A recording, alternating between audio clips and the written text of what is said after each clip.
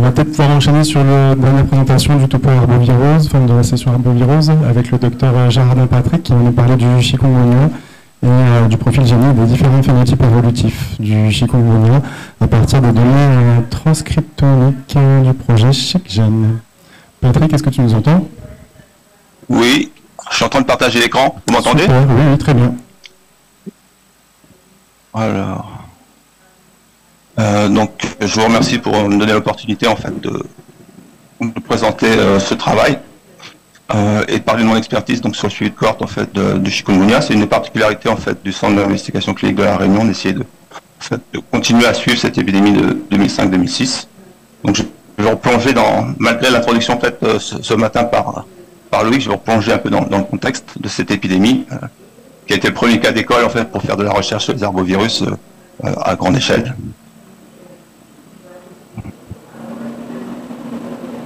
Alors, mon plan est assez classique. Je ne mets pas d'intérêt ou lien d'intérêt particulier. Je suis consultant pour Takeda et Valneval et le vaccin en fait pour la dengue et pour le chikungunya. Sans lien avec cette étude. Donc, le chikungunya est un virus alpha-virus arthritogène, comme Loïc l'a rappelé, propagé par les moustiques du genre Aedes. Donc, dans une épidémie de 2005-2006, dans l'ouest, sud-ouest de l'océan Indien, a touché à peu près 1,2 million de gens. Si on compte pas Madagascar, donc probablement le double dans la zone de l'océan Indien. Et ensuite, a gagné l'Asie, l'Inde principalement, l'Italie en 2007, la France en 2010. Puis ensuite, le chikungunya a circulé, donc comme l'a rappelé Loïc, aux Antilles. C'est en fait le génotype asiatique d'abord, qui a circulé donc dans les Caraïbes, puis a touché le Brésil. Et le Brésil a eu la double peine, puisque aussi dans l'état de Bahia a reçu le jeune S central sud-africain plus tard. Donc, pour rappeler l'épidémie à Mayotte, c'est les Comores qui ont été touchés d'abord, donc en 2004, fin 2004. À Mayotte, les premiers cas en fait remontent à février 2005. Et l'épidémie s'est étendue en septembre 2006. Donc, c'était Albopictus qui l'a propagé. La séroprévalence post-épidémique était 37,2%, à peu près 67 000 personnes, dont 27% asymptomatiques. Et des facteurs de risque avaient été identifiés, notamment la prédominance masculine et tout ce qui était en lien avec la précarité, au niveau de l'éducation, l'origine des Comores, l'habitat de fortune. Il y a eu peu de cas graves sur cette épidémie mahoraise, 6 cas d'après les chiffres officiels et un seul décès. Mais on a identifié quand même ce qui était une nouveauté à l'époque, des cas de transmission materno-néonatale, 9 cas à Mayotte. Donc, à l'île de la Réunion, donc une épidémie à peu près synchrone, légèrement décalée, entre avril 2000, alors je me suis trompé, c'est avril 2005 jusqu'à avril 2007. Officiellement, donc le dernier cas confirmé par PCR de décembre 2006, mais Santé publique France et l'ARS ont décrété la période post-épidémique, en fait, ou interépidémique, comme ils appellent ça, en avril 2007. C'était aussi à Aedes albopictus, la séroprévalence a atteint 38,2%, ça fait 300 000 personnes. Donc, avec 300 000 personnes touchées, vous voyez l'opportunité en fait pour détecter en fait des formes un peu particulières de la maladie. Donc les mêmes facteurs de risque à peu près en lien avec la précarité, une originalité, le surpoids, l'obésité, l'altitude, parce que c'est une île volcanique, donc en fait forcément l'infection était là où se trouve le moustique, donc dans les zones de basse altitude. Et puis donc 250 cas graves, 110 formes atypiques, avec une description d'encéphalite pour la première fois, environ 30 cas. Et sur l'ensemble des décès, donc 250 décès rapportés, principalement chez des sujets comorbides, et un pic de surmortalité au moment du pic de l'épidémie. 44 cas de transmission materno-néonatale qui ont été décrits ensuite dans les cohortes.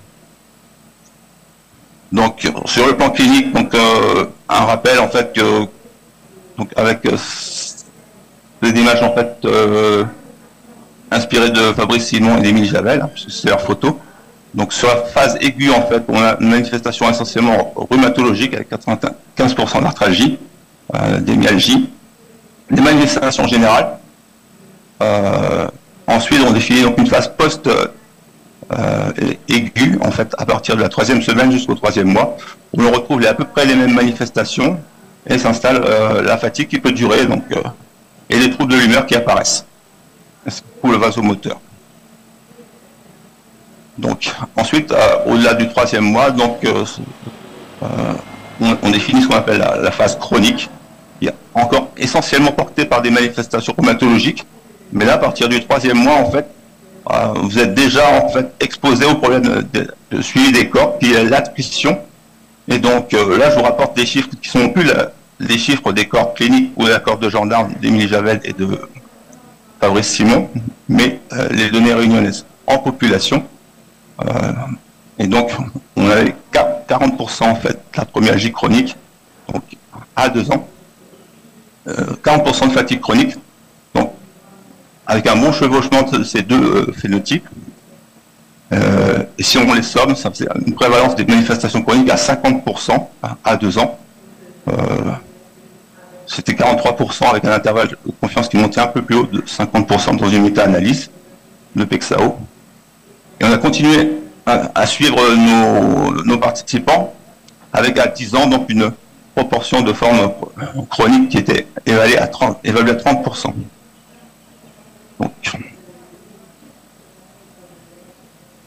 Donc, quelles étaient nos hypothèses et nos objectifs? Donc, on sait en fait que l'arthrite à chikungunya partage un déterminisme commun avec la polyarthrite rhumatoïde, avec pour particularité peu de neutrophiles au niveau de l'articulation. Le chikungunya chronique s'accompagne d'une auto-immunité, donc d'auto-anticorps, facteur rhumatoïde, mais pour une polyarthrite rhumatoïde, exceptionnellement, pas d'anticorps citrulline, enfin du peptide citruliné. Donc c'est une particularité. Et des marqueurs comme l'IL6, l'IL12, l'IL17 sont identifiés. Il y a une similitude de symptômes et de biomarqueurs avec le syndrome de fatigue chronique, notamment les sécrétions plutôt de cytokines anti-inflammatoires, IL10 et TGF-bêta 1. La chronicité est terminée par une réponse immunitaire qui est défaillante. Ça, c'était en fait le défaut de sécrétion des anticorps neutralisants IgG3. Donc plus on sécrète en fait des anticorps neutralisants précocement et intensément, moins on fait de forme chronique. Et quand il peut y avoir une persistance de l'antigène ou de réservoir viral. Donc en fait c'est une observation réunionnaise.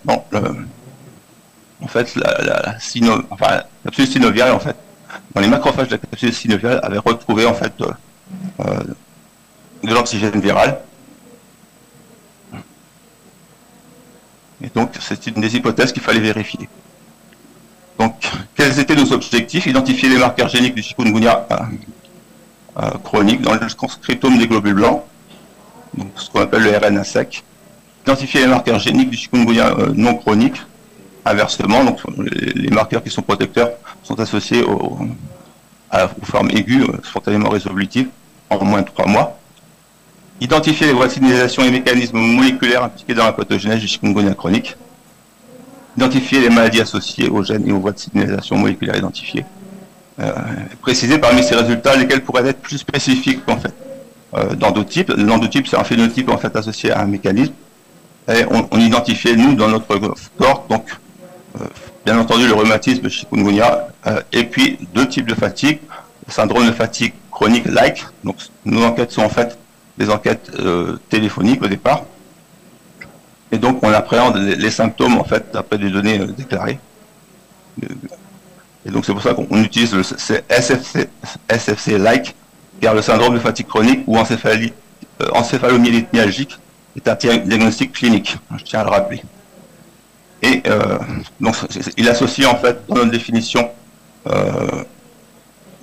une fatigue de plus de 6 mois et les troubles cognitifs, troubles de l'attention, troubles de la concentration, troubles de la mémoire, des troubles du sommeil, des douleurs musculo-squelettiques, une céphalée d'apparition récente prolongée.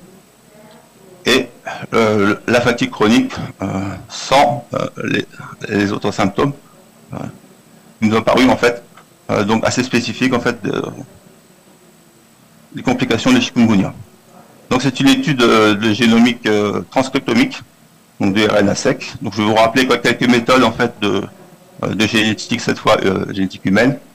Donc c'est un peu compliqué, je vais passer rapidement, mais c'est que pour que vous ayez un peu en tête ce qui a été fait.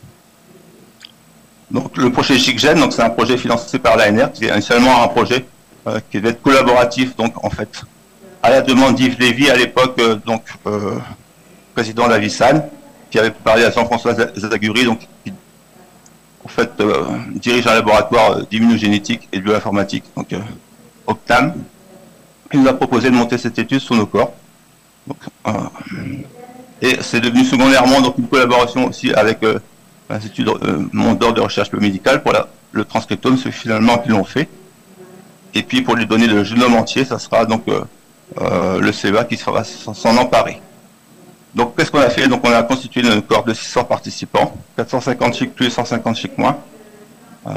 Une collection biologique d'ADN salivaire sur la totalité des participants. Pour 200 d'entre eux, à peu près, donc de l'ARN sur les globules blancs. Une collection de plasma aussi, chez tous les sujets qui ont été prélevés en sanguin. On a extrait l'ADN et l'ARN.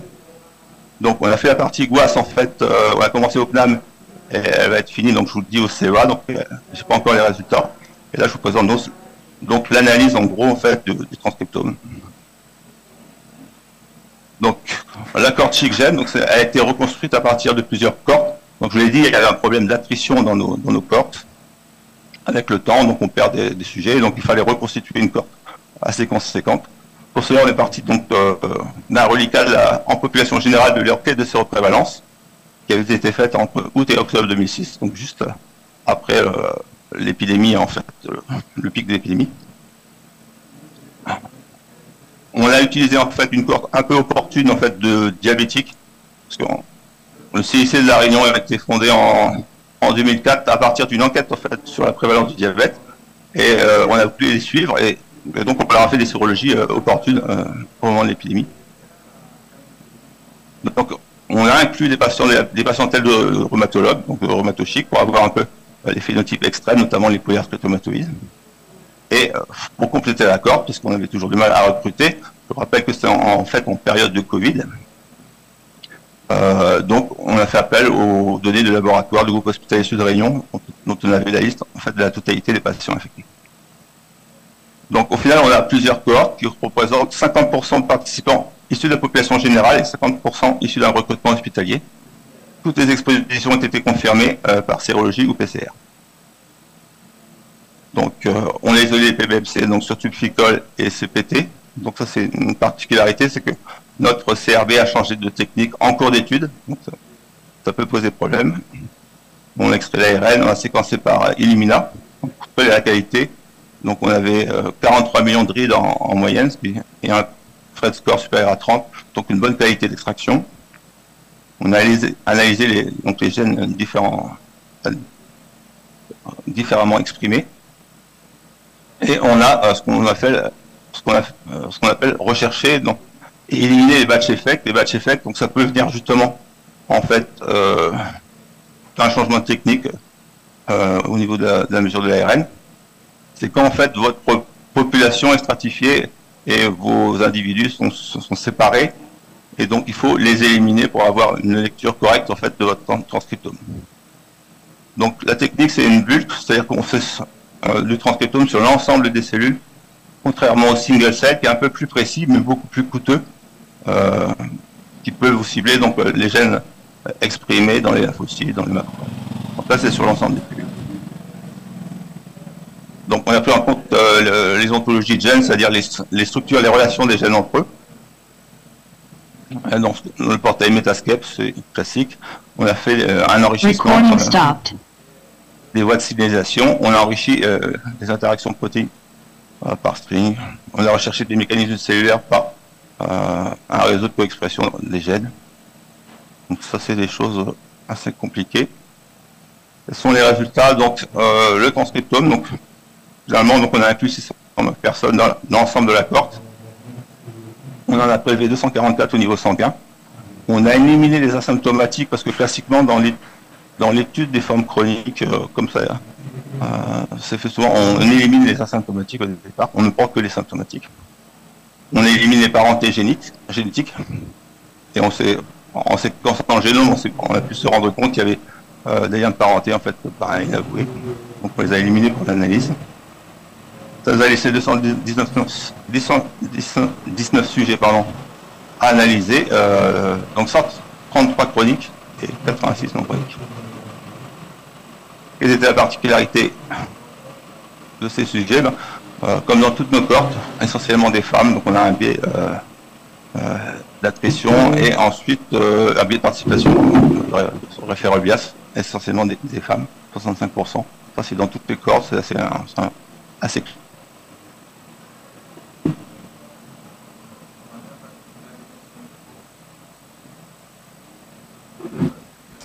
Patrick, tu as coupé ton micro.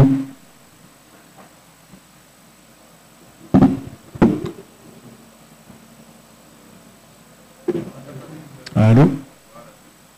Oui. Non, c'est bon. Ah, c'est bon? Vous m'avez perdu un moment? Non, c'est bon, à la fin, oui, c'est bon. C'est bon. Donc, puisque je suis d'accord, donc au niveau des phénotypes, 85% de rhumatisme, 43% de SFC-like et 23% de fatigue chronique isolée. Donc, on a identifié donc 1549 gènes dérégulés, en augmentant un peu le seuil en fait de stringence, 169 gènes pertinents, forte relevance, et 10 top gènes. Pour ça, vous avez un volcanoplot, une présentation classique, avec à droite les gènes qui sont surexprimés, à gauche les gènes sous-exprimés. Donc je fais une petite revue des 10 top gènes. Donc il y a d'abord le NR4A2 qui est impliqué dans le déclenchement des progressions des arthrites inflammatoires, donc c'est intéressant. Il est inactivé par le méthotrexate, il est sous contrôle des oestrogènes, donc il peut rendre compte en fait de la préférence en fait sexuée en fait des polyarthrites rhumatoïdes induites par le chic, donc chez les femmes. Et il y a la thromoduline 1 qui est impliquée dans la dépolymérisation et l'élongation des filaments d'actine, qui est surexprimée lors des poussées d'arthrose. Donc c'est un gène qui dépiste un mécanisme séquelaire. Il y a l'oxystérol binding protein 2 qui est impliqué dans l'homéstésie neuronale et la circulation du cholestérol. Aussi également la réplication des flavivirus, on l'a mentionné comme ça. Mais ça pointe un peu les complications neurologiques. Il y a SPTB qui est associé à la polyarthrite rhumatoïde du sujet âgé et associé à un phénotype de sénescence des globules blancs, c'est intéressant. On a TRIM58 qui est impliqué dans la régulation de l'érythropoïèse et dans l'arthrite chronique juvénile. Donc vous voyez une grosse composante en fait dans les top gènes de gènes impliqués dans les rhumatismes. Et ça régule le négatif de TLR2, régulateur négatif. Et aussi altéré dans les infections par virus ARN, donc c'est intéressant. OR2W3, donc c'est exprimé dans le Covid, associé donc à l'anosmie du Covid et aux formes sévères de Covid-19. Il est situé dans la même région de chromosome 1 que TRIM58. Et le dernier gène surexprimé, c'est EGR3, qui est surexprimé dans les infections à SARS-CoV-1, SARS-CoV-2, sévères, surexprimé dans le diabète de type 1, mais aussi dans le syndrome de fatigue chronique encéphalique myalgique. Maintenant, les top gènes sous-exprimés, donc IgG3, donc ça c'est très intéressant. En fait, il est impliqué dans la synthèse des chaînes lourdes d'IgG3, donc les anticorps neutralisant le chic. Son expression est corrélée à la taille des agrégats de lymphocytes dans la capsule synoviale au score d'activité des polyarthrites rhumatoïdes, donc aussi un phénomène intéressant pour la polyarthrite rhumatoïde. On a IgHV349,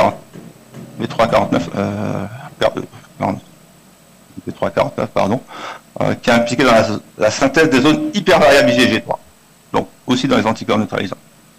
Son expression est corrélée au titre d'IgG3 dans le Covid. Donc on n'a pas montré la corrélation dans notre étude avec le taux d'IgG3, on ne les a pas dosés, mais on sait que c'est corrélé, cette sous-expression en fait, au titre d'IgG3 dans le Covid.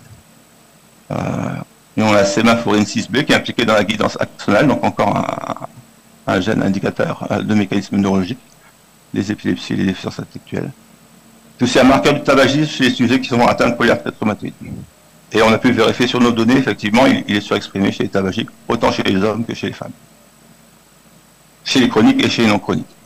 donc les voies de signalisation, donc par Metascape, en fait, on a un phénomène très intéressant, en fait, des termes qui sont liés au métabolisme de l'ARN, avec des descendants. On a dans DiGeNet, donc cette fois pour indiquer les pathologies, donc les marqueurs qui indiquent une pathologie en fait neuro-ophtalmique, strabisme, des troubles de l'oculomotricité. Alors ça, c'est plutôt des choses qu'on observait en fait à la période aiguë du chikungunya, chez une nouveau-né par exemple, et même même au-delà de la période aiguë. On a l'hypomyélination en fait de la substance blanche, donc le sang. Ça c'est intéressant pour la compréhension en fait des mécanismes de l'encéphalite, notamment néonatale. Voilà. On a donc quand on fait la même étude donc sur à partir des gènes qui sont très relevants, c'est-à-dire à P inférieur à 0,1, on a beaucoup de termes en fait en lien avec la polyarthrite rhumatoïde. Donc en fait, on confirme des données qu'on avait déjà observées cliniquement dans l'association donc du chikungunya comme inducteur de polyarthrite rhumatoïde. Enfin, donc on a encore des voies donc qui sont en lien avec le transport de l'ARN, donc c'est intéressant. On est à 12 à 15 ans après donc l'exposition, donc on a encore en fait des voies qui s'expriment en fait sur, qui signent une interaction des protéines virales avec les cytokines et les récepteurs de cytokines. Donc c'est intéressant. Donc quelles sont les conclusions et les perspectives de ce travail? Donc, nos résultats présentant donc argumentent en fait la pathogénèse qui est primitivement rhumatismale et auto-immune du chikungunya chronique, tout en suggérant aussi l'impact neurologique, neuro-ophtalmique et cardiovasculaire. Donc cardiovasculaire, c'était juste une voie sur la contraction du muscle cardiaque. Sur une 12 à 15 ans après l'exposition, l'importance de la réponse des anticorps neutralisants, donc ça c'est très intéressant. Donc, que 12 à 15 ans après donc, le virus, on trouve encore une sous-expression de ces gènes. Oh, pardon. Et, pardon. Il faudrait que je remonte.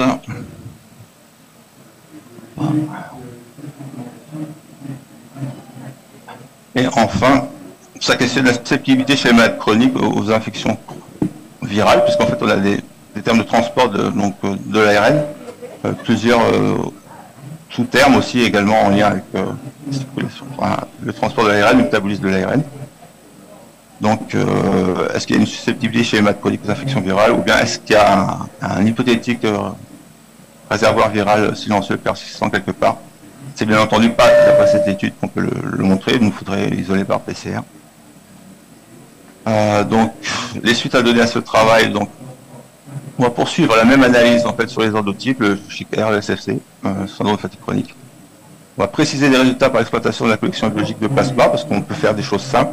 On peut essayer de corréler la sous-expression en fait d'IgG, d'IgHG3, IgHV349, les anticorps neutralisants, les anticorps et les IgG, IgM à la CRP. On peut stratifier aussi en fonction de la présence ou non d'IgM persistante ou d'une inflammation significative.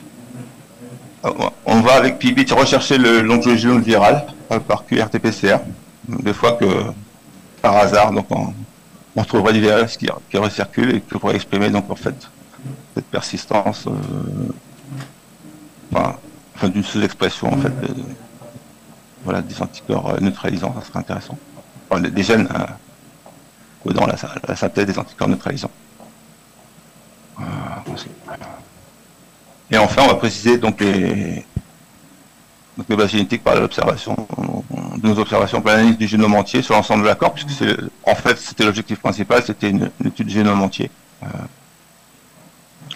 Voilà, donc je vous remercie pour votre attention. Je remercie en fait mes collaborateurs du CNAM qui m'ont permis de travailler sur ce sujet, les collaborateurs du CIC. Et là, vous avez un endormi en fait qui est attaqué par 3 AIDS. Donc, peut-être expliquer en fait le lien entre le chikungunya et la fatigue chronique. Ok, merci beaucoup Patrick pour cet exposé clair.